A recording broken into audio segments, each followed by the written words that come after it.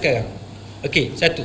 Saya teringat tadi satu soalan tadi berkenaan dengan kenapa agamawan lebih menceritakan tentang hukuman berbanding dengan kebaikan yang ada. Sepanjang pengetahuan saya, diri saya sendiri dan juga saya tengok beberapa siri penerangan yang lain, sebenarnya penerangan itu telah dibuat. Cuma serangan terhadap hudud lebih kepada aspek negatif yang dianggap sebagai negatif. Jadi golongan yang menentang hudud ini sudah tentu mereka takkan highlight aspek yang universal yang semua orang boleh terima, sebagaimana yang saya sebut tadi. Katalah dalam kes Kenny Ong, kan, Kenny Ong diculik, dirogol, dibakar, dibunuh oleh lelaki Melayu, kan. Hukuman dia apa? Kalau mengikut Seksyen 302 Kanun Keseksaan, gantung sampai matilah. Ini kita buat andaian.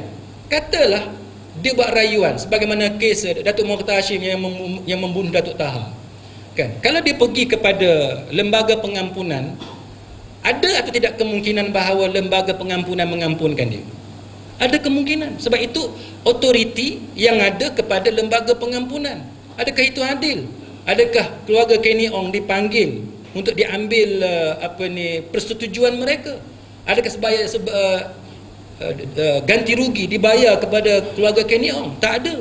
Itu adalah undang-undang yang ada sekarang. Maka kita nak perkenalkan undang-undang yang datang daripada Islam ini, yang mana walaupun mangsa itu adalah Kenny Ong, Cina yang bukan beragama Islam, tetapi dia patut dilayan sebagaimana keadilan yang ditetapkan oleh Islam, iaitu jikalau hukuman itu hendak dikenakan ataupun tidak mahu dikenakan kepada tertuduh mengikut Seksyen 302, hendaklah mengambil kira pandangan keluarga Kenny Ong.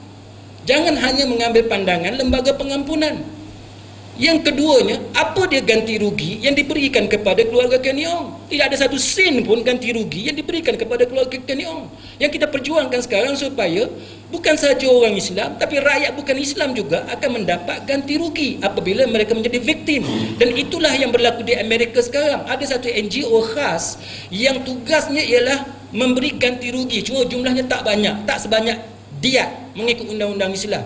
Jadi yang kita perjuangkan sekarang ini lebih baik daripada NGO yang buat sekarang ini di Amerika, iaitu bayar ganti rugi kepada mangsa dalam kes jenayah. Satu lagi masalah dualism, apa yang disebut oleh rakan ahli panel sebentar tadi. Saya tak bersetuju kalau kita kata bahawa bank Islam itu lebih mahal.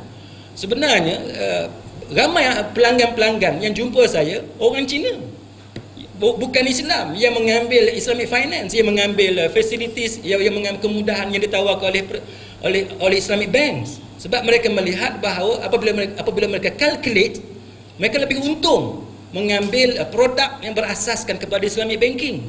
Maka sebab itu kita tengok, walaupun kita ada dualism dalam sistem perbankan sekarang dan sistem kewangan sekarang, tapi banyak produk yang kita kata Islamic ini diambil oleh non-Muslim. Maka itu yang kita nak cuba yakinkan kepada masyarakat bahawa apa yang kita cuba tawarkan sekarang ini bukannya menganiayai sesiapa, tapi kita sudah tentu, saya sebagai seorang Islam, saya akan cuba yakinkan rakan-rakan yang bukan Islam bahawa Islam ni lebih baik daripada apa yang ada sekarang.